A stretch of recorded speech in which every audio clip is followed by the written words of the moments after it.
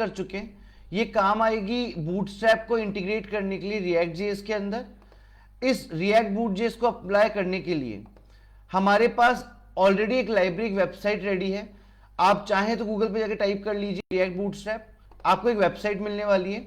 ये बिल्कुल बूटस्ट्रैप जैसा है, बस इसका core to core and integration जो है वो थोड़ा सा अलग है। वो करने के लिए आप गेटिंग स्टार्टेड पे जाएंगे और आपको यहाँ पे कंप्लीट डॉक्यूमेंटेशन मिल जाएगा इसका विद इसके कोड्स। अगर आपको इसके कोड्स या कंपोनेंट्स चाहिए तो आप कंपोनेंट्स पे जाएंगे और यहां से आपको इसके अकोर्डियन, अलर्ट्स, बैजेस, बैड क्रम्स, करोजल सब आपको यहां मिल जाएंगे। हम इस टाइप का कुछ इंटीग्रेशन करने जा रहे हैं हमारे प्रोजेक्ट के अंदर। सो बेसिकली हम क्या करने वाले हैं, हम लोग हमारे वीएस कोड में सबसे पहले रिएक्ट बूटस्ट्रैप को इंटीग्रेट करेंगे। वो करने के लिए सबसे पहले ये समझते हैं रिएक्ट बूटस्ट्रैप है क्या। बूटस्ट्रैप रिएक्ट और react bootstrap is a popular library that provides bootstrap components built entirely with react.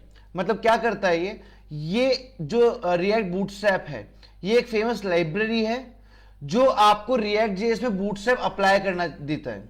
But इसके जो सारे कंपोनेंट्स बने हैं ना वो सारे के सारे रिएक्ट पे बने हुए already. It eliminates the need for J query and provides fully functional accessible components. अगर आप HTML CSS में बूटस्ट्रैप इंटीग्रेट करते हैं तो वहां पे आपको jQuery का लिंक भी डालना पड़ता है क्योंकि वो jQuery से इंटीग्रेट होकर चलते हैं। बट रिएक्ट बूटस्ट्रैप क्या है, जो कि इसके जितने भी कंपोनेंट्स है बूटस्ट्रैप वाले वो रिएक्ट की हेल्प से बने हैं, तो आपको यहाँ पे jQuery की नीड नहीं होती, आप डायरेक्टली उनको रन कर सकते हैं। अगर आप रिएक्ट बूटस्ट्रैप चलाना चाहते हैं अपने प्रोजेक्ट के अंदर तो आप कमांड रन करेंगे npm install react bootstrap। आप इस कमांड को डाल सकते हैं अपने VS कोड के टर्मिनल पे।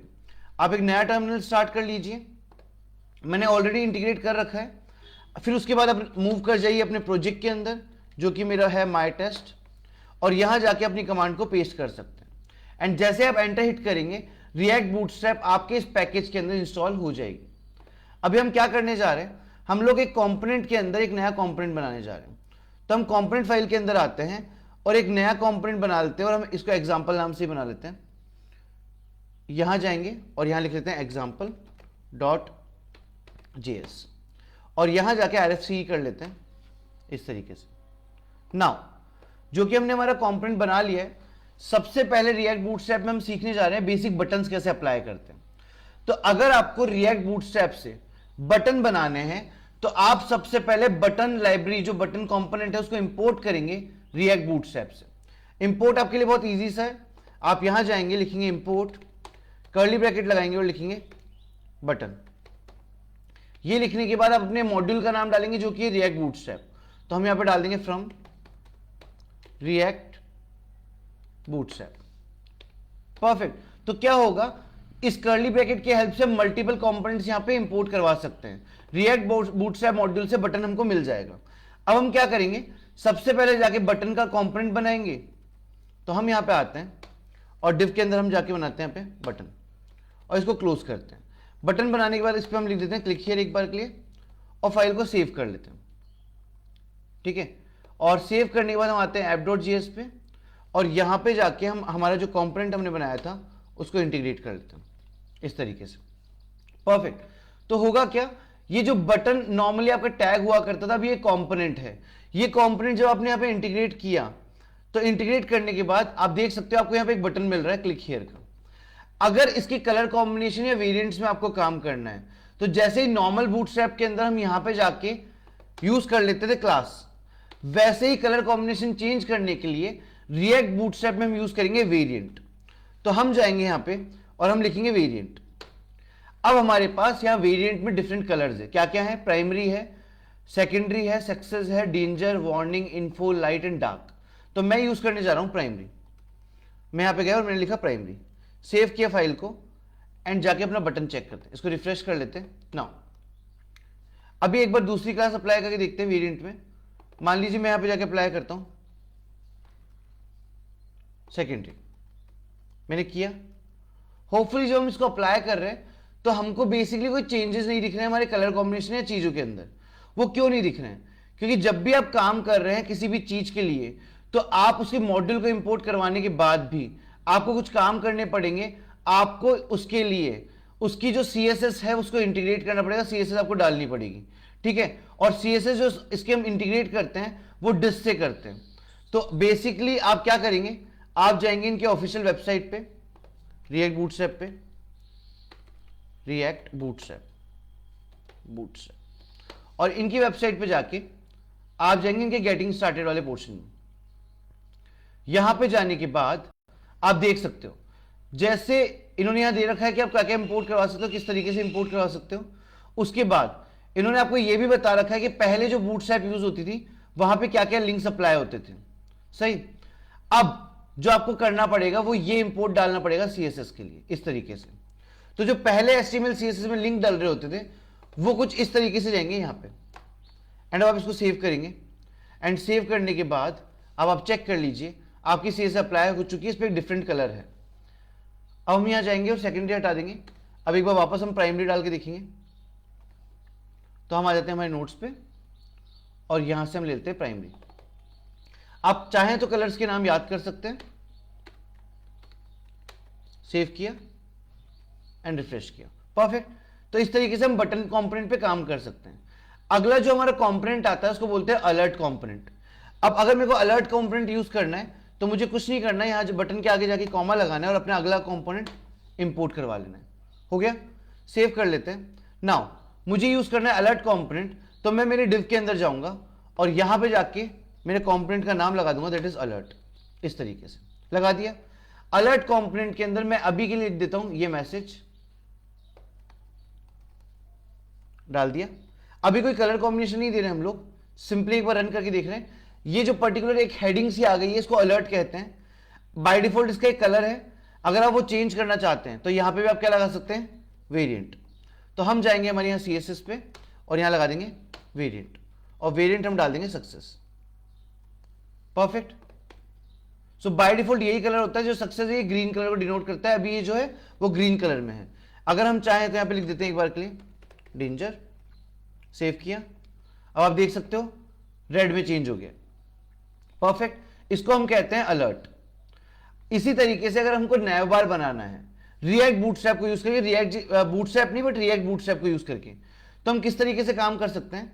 एक बार हम बटन और अलर्ट दोनों हटा देते हैं यहां से। ये करने के बाद सबसे पहले हम एक मेन टैग यूज कर लेते हैं, ठीक है। तो मैं यहां से एक बार डिव हटा देता हूं, और जो मेन टैग आपको यूज करना है रिएक्ट बूटस्ट्रैप में नैव बार बनाने के लिए, वो आपको यूज करना है नैव बार। ठीक है, इसको मैं क्लोज कर देता हूं इस तरीके से। नैव बार यूज करने के बाद आप यूज कर सकते हैं background colour dark, variant dark, और एक्सपेंड, मतलब वो एक्सपेंड और कोलैप्स दोनों हो पाए, मतलब वो नैव बार रेस्पॉन्सिव भी हो पाए। तो अभी के लिए मैं तीनों चीजें यहां से कॉपी कर लेता हूं, और कॉपी करके मैं डाल देता हूं यहां पे। तो पहला टैग नैव बार के लिए जो लगेगा वो लगेगा नैव बार टैग, जिसमें आप बैकग्राउंड कलर डाल सकते हैं, फोरग्राउंड कलर डाल सकते हैं, और एक्सपेंशन डाल सकते हैं कि जो आपका मेन्यू बार है वो रेस्पॉन्सिव कब होगा और एक्सपेंडेड कब दिखेगा। तो मैंने बोला लार्ज स्क्रीन पे वो दिखना चाहिए एक्सपेंडेड। परफेक्ट। नैव बार के अंदर जो अगला टैग आता है उसको हम बोलते हैं कंटेनर। तो आप जाएंगे यहां पे और लगा देंगे अगला टैग जिसका नाम है कंटेनर। ये हमने लगा दिया। कंटेनर टैग के बाद अगला जो टैग है वो आता है ब्रांड नेम। ब्रांड नेम, लोगो, अगर आपको किसी ब्रांड का नाम लिखना है, लोगो लगाना है, तो उसके लिए आप यूज कर सकते हैं नैवबार डॉट ब्रांड। तो आप यहां जाएंगे और लिखेंगे नैवबार डॉट ब्रांड, और इसका इनक्लोज कर देंगे। सही। नैवबार डॉट ब्रांड के अंदर आप ए हैरिफ के जैसे हैरिफ भी लगा सकते हैं जिससे वो लिंक बन जाए। तो हम जाके यहां लगा देंगे हैरिफ, और यहां पे डालते हैं हैश, और उसके बाद बेसिकली यहां पे हम लोग एक ब्रांड नेम डाल देते हैं। डाल दिया। नाउ ब्रांड नेम डालने के बाद हमें बेसिकली इसका टोगल स्विच बनाना है। टोगल स्विच मतलब एक 3 लाइन वाला हैमबर्गर आता है जिसपे क्लिक करने पे मेन्यू बार रेस्पॉन्सिव हो जाता है। वो टोगल स्विच बनाने के लिए आपको लिखना है नैवबार टोगल। ठीक है, सेम इसी तरीके से आप लिखेंगे नैवबार डॉट टोगल, उसके बाद आपको लिखना है एरिया कंट्रोल्स बेसिक नैवबार नैव, और आपको एग्जैक्टली यही क्लास का नाम लिखना है। ठीक है, तो इसके लिए मैं ये कॉपी कर लेता हूं यहां से और मैं यहां पे पेस्ट कर देता हूं। परफेक्ट। इसके बाद में जो अगली क्लास यूज करूंगा वो यूज करूंगा कोलैप्स। कोलैप्स क्या होता है कि बेसिकली जब हम नैवबार बना रहे हैं तो नैवबार बनाने के लिए एक बार मैं इसको सेव कर देता हूं। ठीक है, ऐसा एक नैवबार हमारे सामने बन रहा है, और जो क्लासेस हमारी यूज नहीं हो रही है हम वो हटा देते हैं एक बार। तो वार्निंग्स हमको हट जाएगी। परफेक्ट। यहाँ पे इसको इंस्पेक्ट करते हैं और मोबाइल व्यू पे ले जाते हैं। ले गए, आप देख सकते हैं 3 हैमबर्गर आ रहा है। अब इसके क्लिक पे भी काम होना चाहिए। जब क्लिक करें तो एक मेन्यू बार खुल जाए और क्लिक करें दोबारा तो वो क्लोज हो जाए। इस पर्टिकुलर टास्क को कहते हैं कोलैप्स। तो कोलैप्स के लिए आपको यूज करना है navbar.collapse और उसकी आईडी होगी बेसिक navbar nav, जो आपने एग्जैक्टली यहां पे लिखी है, वही जो आपने यहां पे कंट्रोल में डाला है वही आपको यहां पे आईडी देनी है। परफेक्ट। तो मैं यहां से यूज कर रहा हूं navbar collapse और मैं इसको कॉपी कर रहा हूं और मैं डाल रहा हूं इसको यहां पे एंड उसके बाद इसको यहां पे एंड भी कर रहा हूं। ये एंड करने के बाद हम यहां आ जाते हैं। यहां पे आने के बाद हम मेन्यू बार बनाएंगे हमारा, ठीक है। मेन्यू बार बनाने के लिए हम यूज करेंगे nav। तो पहली क्लास हम डालने वाले हैं nav, ठीक है। nav क्लास के अंदर हमें 2 क्लास और चाहिए, nav link, जो भी आप नाम डाल रहे हो उसके लिए। तो हमने यहां पे लिया nav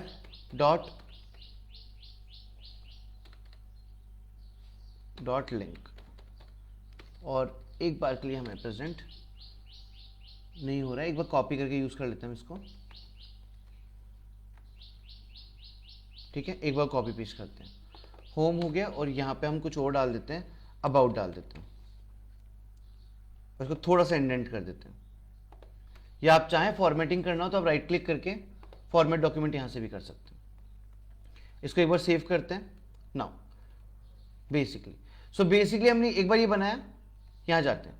नाउ एक और चीज हमें देखनी है कि यहां पे जो nav नाम का कंपोनेंट है, ये उस कंपोनेंट के लिए बेसिकली हमें कीवर्ड्स अप्लाई करने के लिए दे ही नहीं रहा है, ठीक है। वो बोल रहा है कि nav नाम का कीवर्ड्स हमारे पास प्रेजेंट है ही नहीं। तो हम क्या करते हैं, यहां पे जाके nav को भी इंपोर्ट करवा लेते हैं और अब रिफ्रेश करते हैं और क्लिक करते हैं। आप देख लीजिए होम एंड अबाउट आपका रेस्पॉन्सिव है और ये ओपन भी हो रहा है। अगर आप इसको फुल व्यू पे लेके जाना चाहते हैं तो आप उसको फुल व्यू पे भी लेके जा सकते हैं, मोबाइल व्यू एग्जिट करके, ये आपका फुल व्यू पे आ जाएगा, ठीक है। अभी आपका जो मेन्यू बार है वो यहां पे आ रहा है। तो आप क्या करेंगे, आप आएंगे अपने nav क्लास के ऊपर और यहां पे एक क्लास दी है आपको, that is class name MEAuto। अब वो अप्लाई करके देख लीजिए। तो यहां nav पे जाइए आप और लगा दीजिए class name MEAuto, that is margin and auto.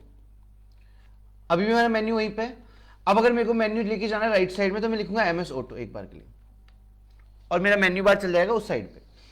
अब मैं चाहूं जितने मर्जी हो उतने लिंक मैं यहां पे इंटीग्रेट कर सकता हूं। कंप्लीटली मेरा मेन्यू बार बन चुका है और ये रेस्पॉन्सिव भी है।